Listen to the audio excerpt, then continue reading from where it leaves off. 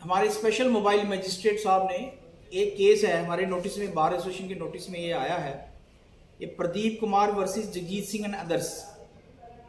ये कोई civil suit है जो कि 27/5/2023 को इंस्टीट्यूट हुआ है और उसमें उन्होंने एक इंटरिम आर्डर जो था ऑनरेबल कोर्ट ने जो था वो प्लेंटिव के पक्ष में किया है और उसने उनको रिस्ट्रेंट आर्डर दिया था।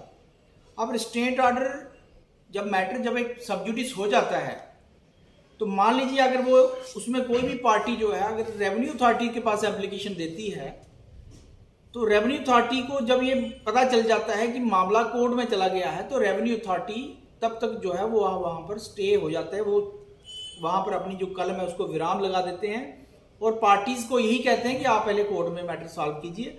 और जब कोर्ट का फैसला किसी भी पार्टी के पक्ष में आ जाता है उसके बाद वो एक्शन लेते हैं। लेकिन इस केस में हमारे केस में बात आई है कि हमारे वकील साहब एडवोकेट प्रदीप, ये उनकी फैमिली का मैटर है और इसमें रेवेन्यू अथॉरिटीज ने जो था इसकी वायलेशन की है। तो मैं ये समझता हूं कि प्रेस कॉन्फ्रेंस का एक मीडियम जो था, प्रेस और मीडिया हमारा एक माध्यम है। हम बार एसोसिएशन हमें कानून पता है कि एक सब्जुडिस मैटर में अगर रेवेन्यू अथॉरिटी को गलती करती है या कोई तीसरा भी गलती करता है तो उसका क्या इलाज किया जा सकता है, हमें पता है, लॉ, वी नो लॉ। लेकिन हम प्रेस के माध्यम से ये चीज कहना चाहते हैं एडमिनिस्ट्रेशन को कि कृपया आप लोग जो है कानून के दायरे में रहकर बात करें, संविधान को माने। देखो, इलीगल काम नहीं चलना चाहिए। जब आप कोर्ट में जब एक मैटर चला जाता है तो आपका कोई फर्ज नहीं है उसको छेड़छाड़ करना उसके साथ। कोर्ट हो सकता है किसी प्लेंटिफ के खिलाफ फैसला सुना दे, हो सकता है डिफेंडेड के फेवर में फैसला सुना दे, लेकिन आप उसका इंतजार तो करिए। आपको कोई भी अधिकार नहीं है वायलेशन करने का। और बाकी रहा, हमारे बार एसोसिएशन के मेंबर हैं, हम वकील हैं, हमारे जितने भी मतभेद होंगे अपनी जगह है, लेकिन जब एक वकील की बात आती है, जब एक काले कोट, हम सभी ने काला कोट पहना है, जब एक वकील की बात आती है तो हम उसमें पीछे हटने वाले नहीं हैं। चाहे कोई भी समाज का व्यक्ति हो, वकील की बात छोड़िए आप, कोई भी समाज का व्यक्ति हो, सिविल सोसाइटी का व्यक्ति हो, उसके साथ इनजस्टिस नहीं होना चाहिए। अगर कोर्ट के आर्डर की आप रेवेन्यू अथॉरिटी वाले इतने ऐसे धज्जियां उड़ाएंगे तो कोर्ट पर विश्वास कौन करेगा, मुझे बताएं आप। फिर ये क्या ये सिस्टम रहा जो स्टेट का होता है कि ये हमारी जुडिशरी होती है, जुडिशरी का सामान होता है, जुडिशरी डिसाइड करती है। अगर सारे काम एग्जीक्यूटिव ने करने तो फिर हम यहाँ जजेस को बोल देते हैं कि आप पीछे हट जाइए या रेवेन्यू अथॉरिटीज को बैठा दीजिए। यह संविधान के विरुद्ध बात है। संविधान में क्लियर कट लिखा है कि जुडिशरी और एग्जीक्यूटिव जो है वो इंडिपेंडेंट होने चाहिए, मिक्स नहीं होने चाहिए कभी भी। जो judicial power as a magistrate आपके पास है तो आपके पास हैं भाई, आप एक्सरसाइज करिए उनको। आज तक जितने भी डिस्प्यूट हुए हैं, जितने भी मुद्दे हुए हैं, आपकी नलायकी की वजह से हुए हैं। आपके ऑफिसर जो है वो करप्ट हैं, कोई किसी को पैसे लेके कुछ भी कर देता है। अब गवर्नर साहब हमारे इतनी मेहनत कर रहे हैं, हमारे लेफ्टिनेंट गवर्नर, इन्होंने पारदर्शिता लाई, ट्रांसपेरेंसी लाई है, ऑनलाइन सिस्टम कर रहे हैं, हर चीज, हर प्रयास किए जा रहे हैं। ये जितनी भी हमारी ऑर्गेनाइजेशन है, चाहे विजिलेंस ऑर्गेनाइजेशन हो, चाहे एंटी करप्शन ब्यूरो हो, चाहे सीबीआई हो, ये अपना काम कर रहे हैं। लेकिन सवाल ये आता है कि आप लोग अपनी जुरिडिक्शन को एक्सीड क्यों करते हैं, मुझे ये समझ नहीं आ रहा। तो इसलिए कृपया हम ये लास्ट चेतावनी दे रहे हैं कि यहाँ पर इस तरह की बातें नहीं। और हमारे पास सीसीटीवी फुटेज आई है आज की डेट में, जहां पर हमने देखा है कि नायब तहसीलदार हथौड़ा लेके जो है मौके पे जाता है और वहां पर वो निजायज ताला तोड़ता है और एक पार्टी को जो फायदा पहुंचाने की काम करता है, जबकि वो मैटर कोर्ट में स्टे हुआ है। उसको कोर्ट पर विश्वास नहीं है, लेकिन उसको अपना हथौड़ा लेके जाना है। तो ये गलत प्रेसिडेंट सेट कर रहे हो आप यहां पर कठुआ के अंदर, खासतौर से ये हम बार एसोसिएशन चलने नहीं देगी। ये मैं चेतावनी देता हूं तमाम उन लोगों को जो लोग समझते हैं कि नहीं, हम जो है जुडिशरी का भी सम्मान नहीं करते या जुडिशरी से ऊपर हैं, तो हम उनको छोड़ने वाले नहीं हैं। लीगल एक्शन तो उनके खिलाफ हम लेंगे, लेकिन उनको सोशली भी और पॉलिटिकली भी हम डील करेंगे। हम उन लोगों को एक्सपोज करेंगे आने वाले टाइम में, जो लोग कैसे धांधलियां करते हैं। यहां पर हमने कभी इंटरफेरेंस नहीं किया, बार एसोसिएशन ने कभी इंटरफेरेंस नहीं किया आपके काम में। पूछ लीजिए, मैं दूसरी बार प्रेसिडेंट इलेक्ट हुआ हूं यहां पर। नहीं तो हर बार मेरे आने से पहले कई बार आपकी झड़पें होती थी रेवेन्यू अथॉरिटी के साथ। लेकिन हमने जो है, हम प्यार में विश्वास करते हैं, हम बातचीत में विश्वास करते हैं, हम टेबल टॉक्स में विश्वास रखते हैं। और हमने कई मुद्दे जो हैं, कई हमारी सैकड़ों मीटिंगें रजिस्ट्रार के साथ हुई हैं, सब रजिस्ट्रार के साथ हुई हैं। ये हमारा जो मुद्दा था, जब से रजिस्ट्रेशन जो है रेवेन्यू अथॉरिटी के पास गई, शुरू में सारी बार एसोसिएशन ने, तमाम वकीलों ने इसका विरोध किया।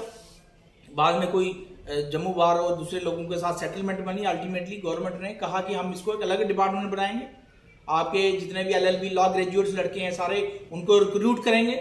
लेकिन अफसोस की बात थी कि उस पर गवर्नमेंट जो है आज तक जो है अपने वादों पर खरी नहीं उतरी है।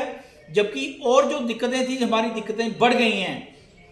आप पूछ लीजिए, जब से ये रेवेन्यू डिपार्टमेंट जो है के पास जो है रजिस्ट्रेशन का काम किया है, हमारी दिक्कतें, हमारी क्या, हम तो एक फैसिलिटेटर हैं, हम तो वकील हैं। हमें तो गवर्नमेंट एक लाइसेंस देती है कि जाइए आप लोगों को लीगल सर्विस प्रोवाइड कीजिए, हम सर्विस प्रोवाइडर हैं।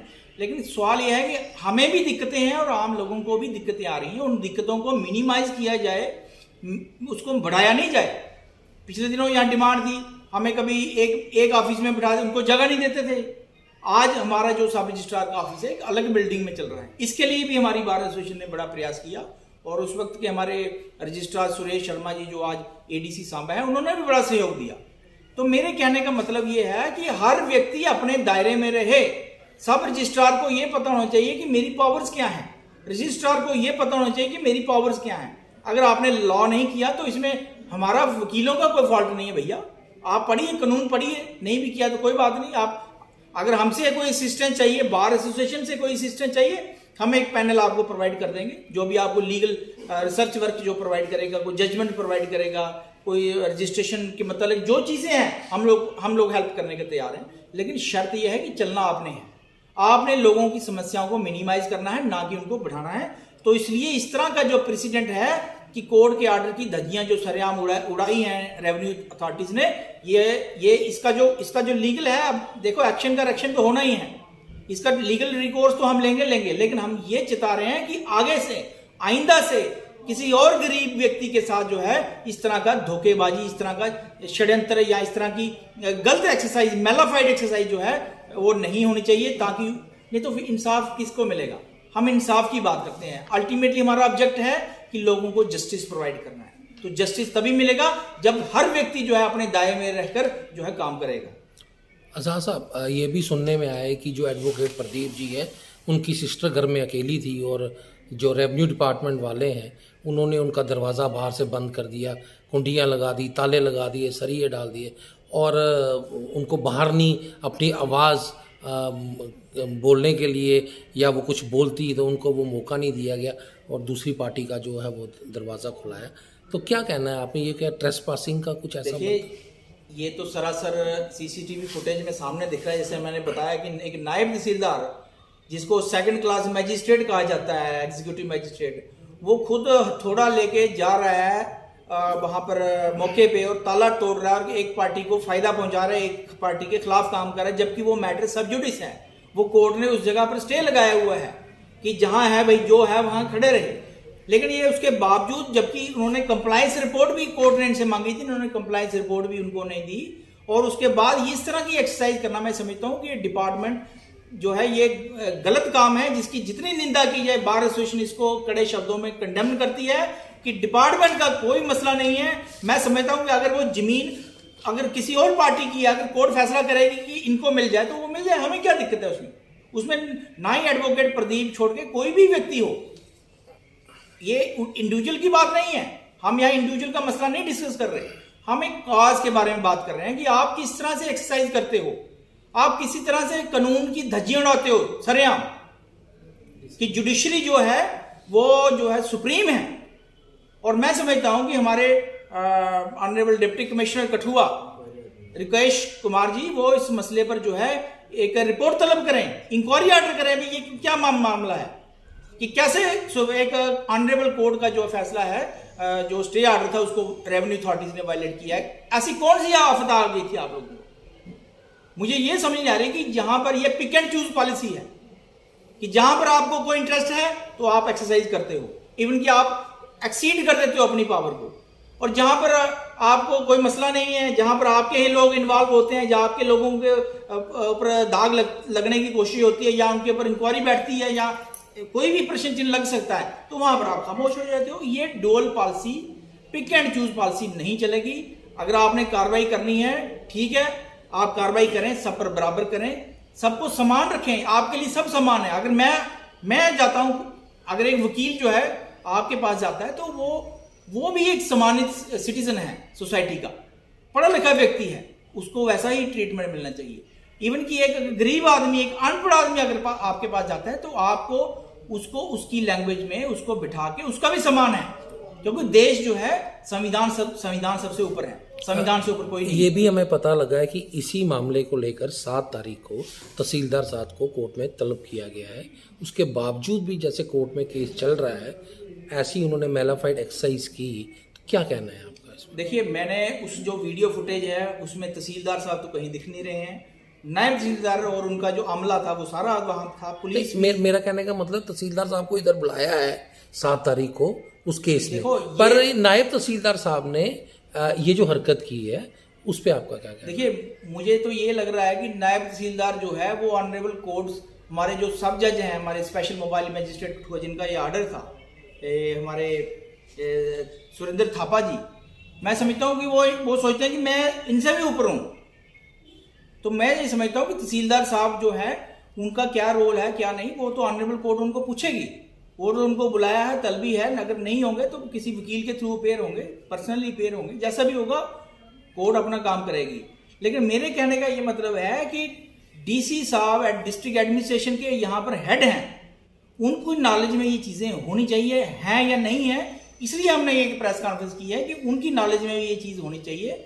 और हमारी जो स्टेट एडमिनिस्ट्रेशन है, मैं समझता हूँ कि सबको पता होना चाहिए कि आप अपने लोगों को समझाएं कि आप कोर्ट के ऑर्डर की वायलेशन नहीं कर सकते। आप लोग, कोर्ट इज ए सुप्रीम, जहां पर आपको अथॉरिटी है, जहां पर जैसे 107 151 की अथॉरिटी है वो तहसीलदार के पास लगता है, उसमें कोर्ट इंटरफेयर नहीं करती। लेकिन कोर्ट जो है एक इंडिपेंडेंट बॉडी है और डिसाइडिंग अथॉरिटी है, फाइनल अथॉरिटी है। आप डिसाइड नहीं कर सकते किसका पोजेशन है किसका नहीं है। पोजेशन के डिसीजन लेना कोर्ट का काम है, कोर्ट डिसाइड करेगी इस बात। क्या समझते हैं आपकी, जैसे मीडिया में खबरें चली और वहाँ पे बोर्ड लगना जो है वो शुरू हो गए कि ये स्टेट लैंड है, क्या कहना है आपका? जी, हमारे नोटिस में भी ये बात है, क्योंकि ये पब्लिक डोमेन में मुद्दा एडवोकेट प्रदीप जी ने लाया था, तो उसके बाद ही हमें पता चला कि वहाँ पर कोई एक स्टेट लैंड है और वहाँ पर कोई कंस्ट्रक्शन हुई है, उसका पता नहीं एग्रीमेंट टू सेल भी हुआ है। तो उन्होंने ये मुद्दा उठाया, तो मैं समझता हूँ कि ये अच्छी बात है। ठीक है, एडवोकेट को एक्टिविस्ट होना चाहिए, समाज के मुद्दे के प्रति सजग रहना चाहिए, और उन्होंने सामाजिक मुद्दा उठाया। और हमें नोटिस में ये आया कि उसके बाद जो है रेवेन्यू की टीम वहाँ पर गई और उन्होंने अपना जो है बोर्ड इंस्टॉल करके वो आ गई। अब वो जाने, रेवेन्यू डिपार्टमेंट वाले जाने वो क्या करना है क्या नहीं करना। तो मैं ये समझता हूँ कि जितने भी इलीगल स्ट्रक्चर हैं उनको नोटिस देके जो है उनका कुछ ना कुछ उसका सोल्यूशन निकलना चाहिए। चाहे देखो कुछ भी हो, इलीगल स्ट्रक्चर जो है वो नहीं चलना चाहिए। लीगल आपके पास अथॉरिटी है, म्यूनिसिपैलिटीज हैं और चीजें हैं, यार इतना लोग हैं। आप, हम क्या कह रहे हैं, हम इतना से कह रहे हैं कि आप कानून को फॉलो करिए, जो एक आपकी ड्यूटी है। और मीडिया जो है, मैं समझता हूँ कि इससे आपको चेताने का काम कर रहा है कि आप जागिए। आप जो गहरी नींद में सो जाते हैं वो आप नींद से उठिए और जागिए, कानून का एहतराम करना सीखिए। नहीं तो जो कानून आपके खिलाफ जो सजा मिलनी है वो तो कानून ने अपना कार्य करना ही करना है, उस पर तो हम भी कुछ नहीं कर सकते, क्योंकि मैटर सब जुडिस है। अब उस मसले में मैं ज़्यादा नहीं बोलूँगा कि वो किसको मिलनी जगह क्या है, किसकी जगह कौन पोजीशन है कौन नहीं है। लेकिन सवाल यह है कि कोर्ट का फैसला आने दीजिए, उसके बाद जो था आप उसको एक्सरसाइज करते, क्या दिक्कत थी? 14 बंदों के खिलाफ FIR दर्ज है, पुलिस ने कोई कार्रवाई नहीं की, क्या लगता है? देखिए, FIR जहाँ तक मैं समझता हूँ कि FIR एक लीगल व्यक्ति से, अगर आप एक एडवोकेट से पूछेंगे कि FIR क्या है, FIR का मतलब है first information report. First information report जो थी वो एक उसके बाद ही पुलिस की कार्रवाई शुरू होती है। बिना FIR के पुलिस तो इन्वेस्टिगेट कर ही नहीं सकती, जो अंडर लॉ कहता है। लेकिन कुछ हमारी सुप्रीम कोर्ट और हाई कोर्ट की जजमेंट्स हैं, वो ये कहती हैं कि आप जहां पर कहीं आपको अंदेशा है कि झूठी FIR है तो आप उसमें प्रीलिमिनरी अपनी एक्सरसाइज कर सकते हैं, लेकिन आप FIR से बच नहीं सकते अगर कॉग्निजेबल ऑफेंस मेड होता है। कॉग्निजेबल ऑफेंस का मतलब है जो एक हमारे सीआरपीसी में प्रिस्क्राइब्ड ऑफेंसेस हैं जिनके लिए बिना गिरफ्तारी के, बिना वारंट के गिरफ्तार किसी को भी किया जा सकता है, किसी भी व्यक्ति को किया जा सकता है, वो कॉग्निजेबल ऑफेंस भी जो है कंसिडर किए जाते हैं। तो उनमें उनको एफआईआर दर्ज करनी है और उसके बाद इन्वेस्टिगेशन करनी है। अब पुलिस की क्या मंशा है, क्यों नहीं कर रही है, मैं समझता हूँ कि उनको करना चाहिए। अगर एफआईआर सच्ची है, तो उनके खिलाफ सजा दीजिए, उनके खिलाफ मुकदमा चलाइए, चालान पेश कीजिए। और अगर एफआईआर झूठी है तो उसका क्लोजर रिपोर्ट पेश कीजिए, उनको खत्म कीजिए मैटर को। आप लिंगर ऑन वाली पॉलिसी क्यों अडॉप्ट की आप लोगों ने? देखो, न्याय में देरी जो है, कहते हैं कि जस्टिस डिलेड जस्टिस डिनाइड, ये कहावत है। और दूसरा जस्टिस हरिड और जस्टिस बरिड, ये दूसरी तरफ है। तो कहने का मतलब है कि we have to make a balance between the two. हम लोगों को तफ्तीश करके देखना चाहिए, अगर एफआईआर लगी है तो किसका क्या रोल है, अगर झूठी है तो उसको क्लोजर रिपोर्ट पेश करें, खत्म करें। तो मैं तो यही कहता हूं। बाकी रहा हमारा इंडिविजुअली कोई मसला नहीं है, पर्सनल कोई मसला नहीं है किसी के साथ, लेकिन हमारा मसला कॉज के साथ है। हमारा मसला एक गलत चीज जो समाज के अंदर एक प्रेसिडेंट शुरू किया गया है, खासकर कठुआ में जो मैं देख रहा हूं कि कोर्ट के आर्डर की सरेआम दिन में धज्जियां उड़ाई जा रही हैं, और एक नायब तहसीलदार जैसा सम्मानित व्यक्ति जो है थोड़ा लेके खुद वहां पर मौके पे ताला तोड़ के किसी एक पार्टी को फायदा दे रहा है despite of the stay of the court. ये चीज गलत है, इसलिए इसकी हम कड़े शब्दों में बार से निंदा करते हैं। Thank you.